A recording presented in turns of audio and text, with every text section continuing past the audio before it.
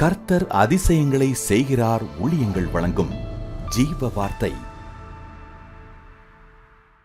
இந்த புதிய நாளுக்காக எல்லாரும் ஏசப்பா நன்றி செலுத்துவோம். நேற்று வரையிலும் நம்மை நடத்தினார், இன்றைய தினத்தை காண செய்தார். ஒரு நொடி பொழுதும் மேலானது. கொஞ்ச நாள் தான் உலகத்தில் வாழப்போகிறோம். இந்த வாழ்க்கை வீணான வாழ்க்கை அல்ல, சாதிக்க வேண்டிய வாழ்க்கை. உலகத்தில் நம்ம ஒரு நொடி பொழுதையும் சாதனை நேரமாக மாற்றிட்டேன்னா நாமும் நம்முடைய அடுத்த தலைமுறை இந்த உலகத்தில் ஆசீர்வாதம் இருக்கும். நாமும் பரலோகத்தில் முதலிடத்தில் ஆண்டு பக்கத்தில் போய் அமர்ந்துடும். புரிஞ்சுட்டீங்களா? சந்தோஷப்படுங்க. இந்த நாளுக்காக துக்கத்தை ஆண்டவர் மாற்ற போறாரு. உங்களோட ஆண்டவர் பேசுவார். பிறந்த நாளை காண்கிற ஒவ்வொருவரையும் வாழ்த்துகிறேன் இயேசுவின் நாமத்தில். திருமண நாளை காண்கிற குடும்பங்களை வாழ்த்துகிறேன். ஆசீர்வாதமாக இருப்பீங்க, பயப்படாதீங்க. இந்த ஜீவாத்துக்கான வசனத்தை கேட்போமா? 1 நாளாகமும் 16:22 வசனம். 1 நாளாகமும் 16:22. நான் அபிஷேகம் பண்ணினவர்களை நீங்கள் தொடாமலும் என்னுடைய தீர்க்கதரிசிகளுக்கு தீங்கு செய்யாமலும் இருங்கள் என்றார். நான் அபிஷேகம் பண்ணினவர்களை நீங்கள் தொடாமலும்.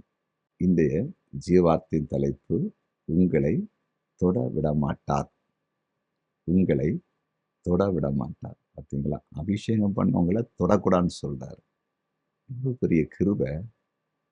ஆண்டவர் அபிஷேகம் பண்ணவங்களை தொடக்கூடாதுன்னு சொல்றாரு. தொடக்கூடாது, தொட விட மாட்டார்.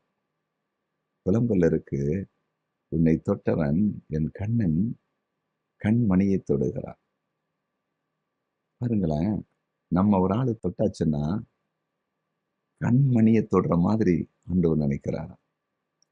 அப்போஸ்தலர் புத்தகத்துல சவுல், அவர் தான் பவுலா மாறினாரு. அவர்கிட்ட ஆண்டவர் என்ன சொன்னாரு? சவுலே சவுலே, நீ துன்பப்படுத்துகிற இயேசு நானே, முள்ளில் உதைக்கிறது உனக்கு கடினமாமேன்னு சொன்னாரு. சவுல் யாரை தொட்டாரு? ரட்சிக்கப்பட்ட ஜனங்களை, இயேசப்பாவுக்காக வாழ ஒப்பு கொடுத்தவங்களை, ஞானஸ்தானம் எடுத்தவங்களை, அபிஷேகம் பண்ணவங்களை, ஆண்டவருக்குன்னு வாழ்றவங்களை, அவங்கள போட்டு கஷ்டப்படுத்தினாரு. வீடு ஏறி அடிச்சாரு, இழுத்து கொண்டு காவல்ல போட்டாரு. என்ன சொன்னாரு?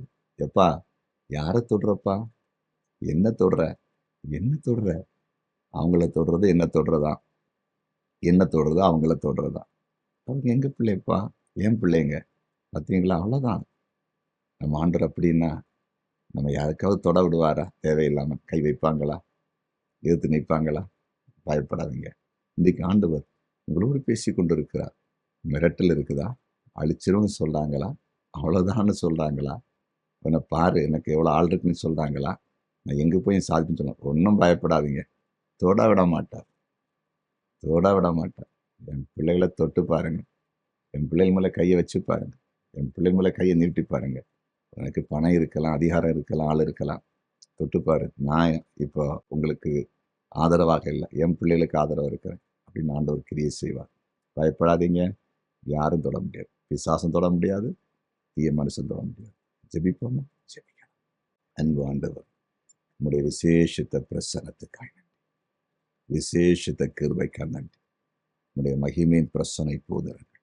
ஆமாண்டவர், நீர் உடைய பிள்ளைகளை பிசாசும் எதிராளிகளும் தொட விடவே மாட்டேன். யாரெல்லாம் பயத்தில், நடுக்கத்தில், குழப்பத்தில் இருக்கிறார்கள், உடைய பிள்ளைகளை விடுவிக்கும்படி ஆய்ச்சி. இப்பொழுது உடைய பிரசனம் போடுவதாக.